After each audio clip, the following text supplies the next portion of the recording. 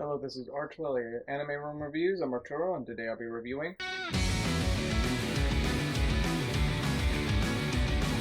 Dr. Stone, a recent anime that, caught me by surprise of how good it was. I usually give a show a chance on Toonami, and Dr. Stone was no exception, just like Parasite.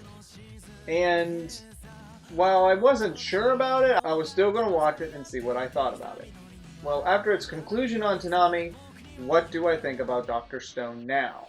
Well, that's why you're here. Today I'm going to be reviewing Dr. Stone. So let's go.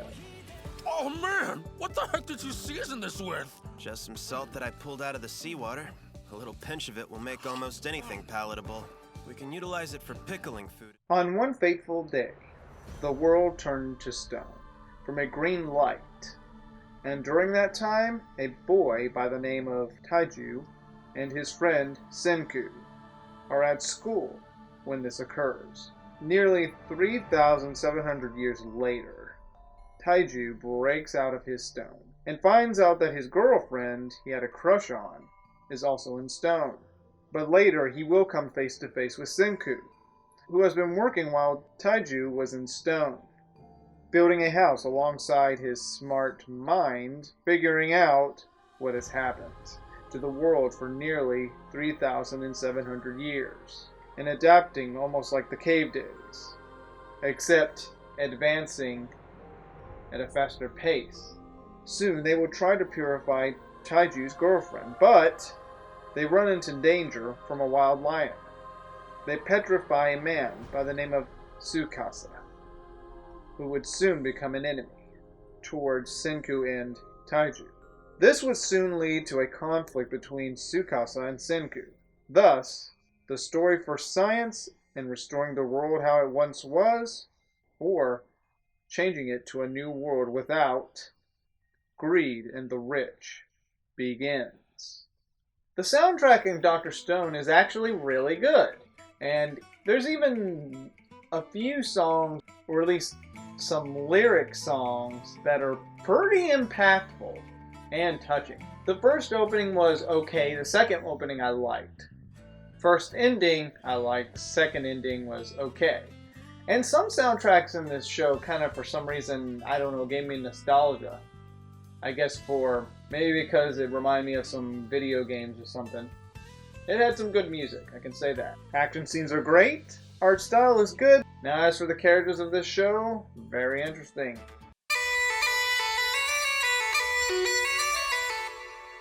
Senku, an intelligent young man, and very smart in solving problems and even figuring out how everyone got turned into stone nearly 3,700 years ago.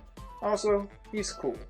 Kuhaku, a badass female warrior, who will do anything to help her sister. Then she helps Senku and protect her village.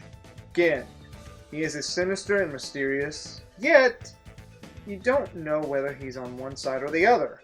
I will say he's probably the more interesting character out of, all of them, because you just don't know what he's thinking or scheming. You really have to read into him, figuring him out, what he is thinking. And that's why I would say he is probably more interesting. Taiju, a friend to Senku, and very loud. He's got strength to do things in order to help Senku's projects and his goals. Suika, a cute little girl who helps out the others in searching for things or hearing anything that can be useful for the group, like sneaking in and taking a peek. She's more like reconnaissance. Kazukai is a blacksmith, and for his age, he really loves to build and is pumped for it. He too helps out Senku in building his work. Kinro is a guard of the village. He's serious and follows the rules, and doesn't trust Senku at first when he comes to the village. But he will help out Senku's projects alongside his brother. Genro is another guard of the village, and Kinro's brother. He is crazy and hyper.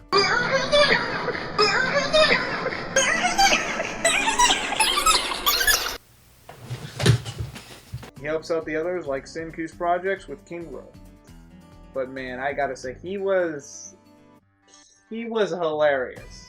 Just the way he acted. brought more humor to the show when there was, I guess, very touching moments. And then you have Tsukasa. While I get where he's coming from, he's nuts. Wanting to make a world where people that were poor in the past can all be equal, instead of the rich and the poor deal. Heck, even ending wars by destroying every person turned to stone and refreshing the world. All in all, there's a lot of characters in here. We do focus on mostly these characters. On top of that, there's Taiju's girlfriend who tags along, but mostly tags with Taiju. She too is concerned for, the two, Senku and Taiju. But yeah, by day's end, these characters are very interesting. You're gonna have fun watching their interactions and laugh, but also have some pretty cool moments. And then there's also a few touching moments, but more humorous. As for my enjoyment, now like I said, when it was announced on Toonami, I was going to give it a chance anyway.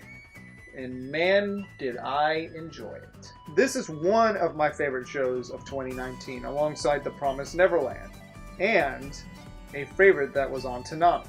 It had great mix of humor and some pretty good touching moments. Great characters, interesting characters. And what I liked about the show was very interesting because I got to learn a little bit about science, even though I don't know much about the mathematics behind it. Explaining when things were made and yada yada yada. It was really fun and enjoyable. And interesting. And even just the history behind it, really interesting. I gotta say, I laughed at a lot of points in this show. I just wasn't expecting it to be this funny. And then on top of that, there was one specific episode that was actually very sad. I will say it was probably the more depressing one just because of what happens in this episode. And by the final episode of this season, while not fully completed, it was still very interesting to the point of wanting to see what happened next, leaving with an impactful, sad, but also fun ride. My sister and I really had fun watching Dr. Stone on Toonami, and then my mom joined in after catching up, and we had fun watching it. Yeah, so this is just another great anime that I liked on Toonami, and those fun Saturday nights watching it. Thanks to your intelligence gathering skills, now I know what kind of science we can use to win them over to our side. So are you gonna cook for them or something? Well, Dr. Stone. A very fun show. Very fun indeed. Did not expect it to really grab me. While I will say Promised Neverland was another great one on Toonami and another great show, this one ranks up there. I had as much fun watching Dr. Stone alongside Promised Neverland and many other shows that were on Toonami.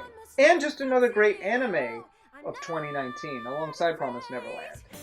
I am going to give it a 9 out of 10. It's a show that is, yes, both interesting with science, interesting with the history behind it, and also very interesting with the characters, and yeah, just it's something worth watching, that's for sure. A great show. Well, this is Arturelia Anime Room Reviews, signing off.